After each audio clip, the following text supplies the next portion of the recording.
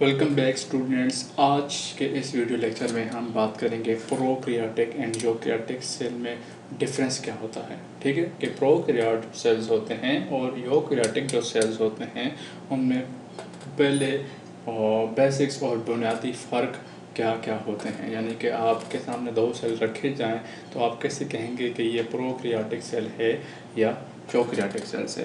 तो पहला फ़र्क हम ये देखते हैं कि मेम्ब्रेन बाउंडेड ऑर्गेनेली जो है, ठीक है, मेम्ब्रेन बाउंडेड ऑर्गेनेलीज का फ़र्क होगा कि जो प्रोकैरियोट सेल्स हैं उनमें मेम्ब्रेन बाउंडेड ऑर्गेनेलीज नहीं होंगी।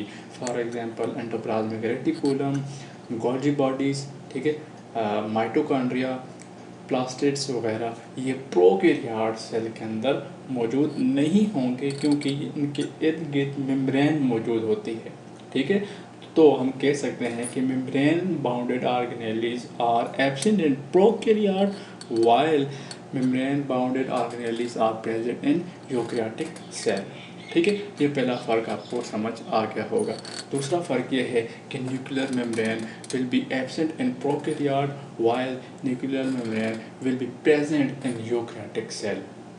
अगर आपको पिछला लेक्चर याद हो जिसके अंदर आपने न्यूक्लियस को स्टडी किया था, अगर आपने वो लेक्चर नहीं देखा तो पहले जाकर आप वो लेक्चर देखें। इस लेक्चर की काफ़ी सारी चीज़ें जो हैं वहाँ से क्लियर हो जाएंगी। ठीक है, तो प्रोकैरियोटिक सेल के अंदर न्यूक्लियर मेम्ब्रेन नहीं होती।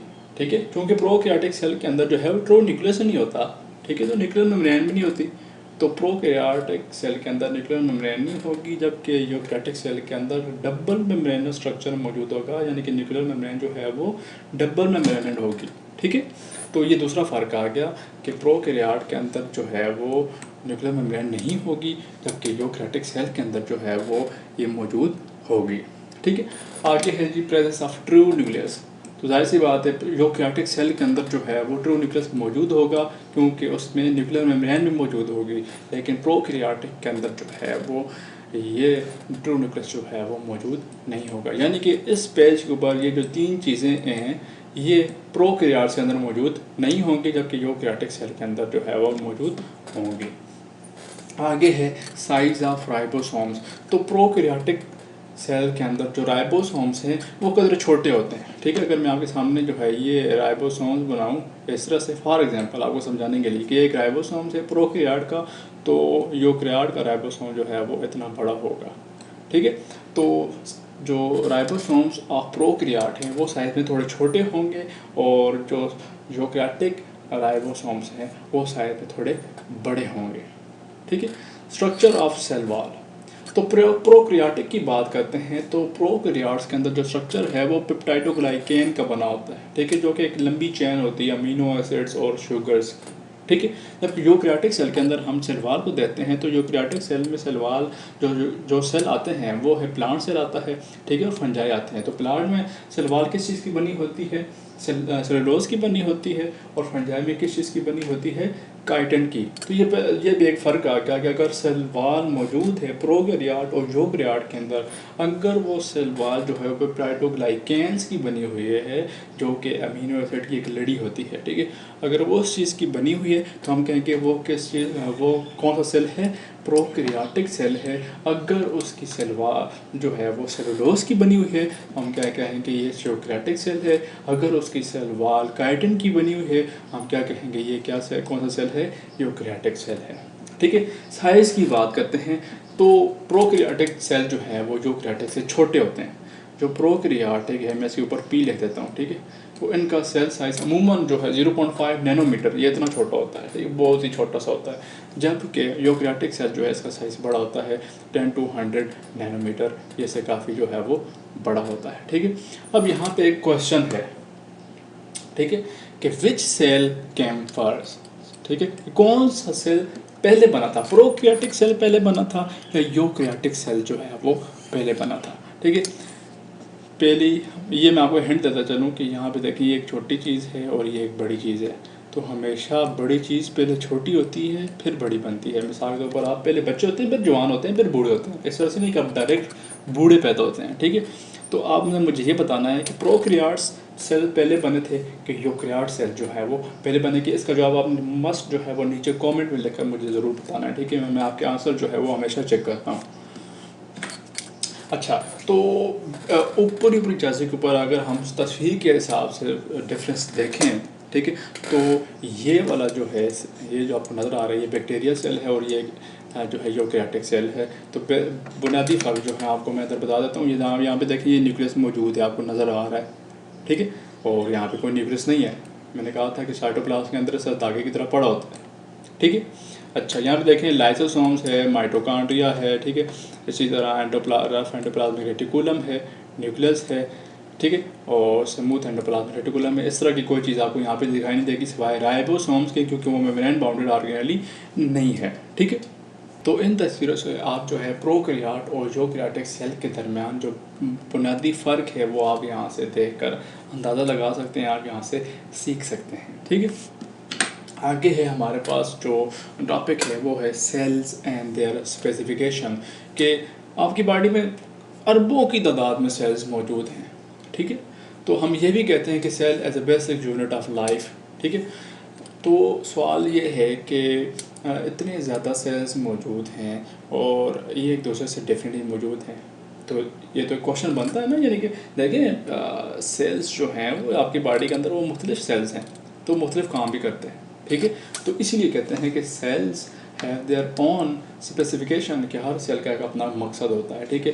यहाँ पे देखें ईच सेल है स्पेसिफिक फंक्शन, हर सेल का एक स्पेसिफिक फंक्शन होगा in animal and plant body like xylem cell, muscle cell, neuron cells. तो हर एक अपना फंक्शन है, ठीक है। इसलिए ये जो है उस जगह के ऊपर मौजूद होंगे जहाँ पे इनकी ज़रूरत होगी, और इनका साइज़ भी जो है वो उस हिसाब से चेंज होगा, ठीक है। अब जाइलम जो है वो ट्यूब लाइक स्ट्रक्चर है, जैसे आपके पास पाइप होता है।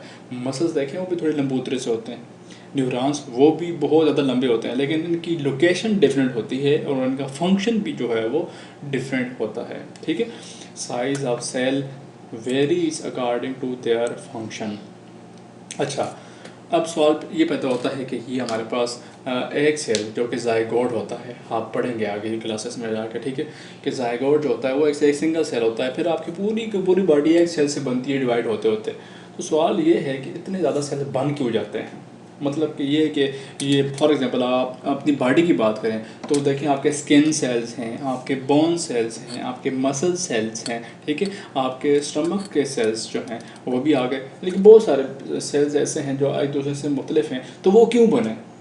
तो इसकी एग्जांपल हम इस तरह से लेते हैं कि आपके पास आप जो है एक इंडस्ट्री बना रहे हैं, या चलें आप जो है एक मुल्क चला रहे हैं, ठीक है, तो उसके अंदर आपको जो पढ़ाई वाला शोबा है वो बनाना पड़ेगा, सियासत वाले लोग अलग इकट्ठे करने पड़ेंगे, इसी तरह जो इंडस्ट्रीज़ चलाते हैं उनको अलग से करना पड़ेगा, स्टूडेंट्स जो है वो अलग रखने पड़ेंगे।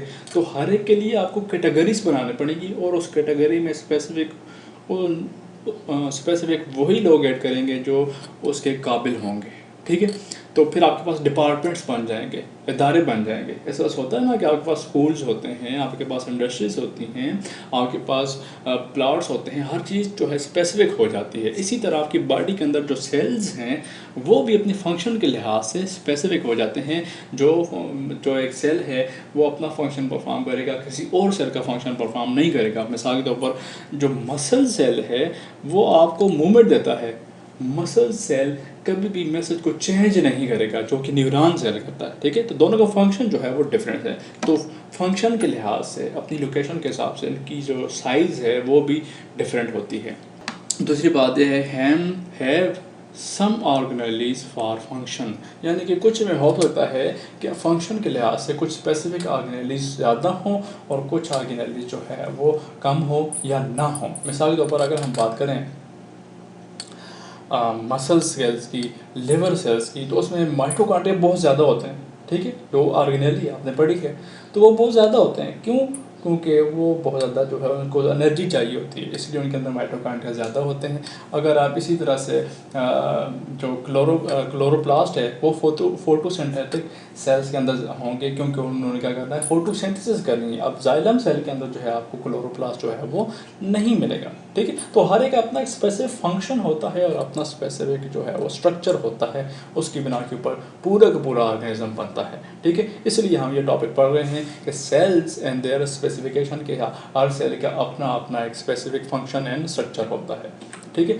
अब अगर हम न्यूरॉन सेल को देखें तो देखें तो डिफरेंट सेल्स के बारे में लिखा हुआ है कि neurons nerve cells are long लंबे से होते हैं, xylem cells are tube like tube की तरह होते हैं, आरबीसीज यानी कि रेड ब्लड सेल्स जो हैं are disc like and biconcave इस तरह से होते हैं। बाइकनकेव का मतलब होता है ये इस तरह से, ठीक है।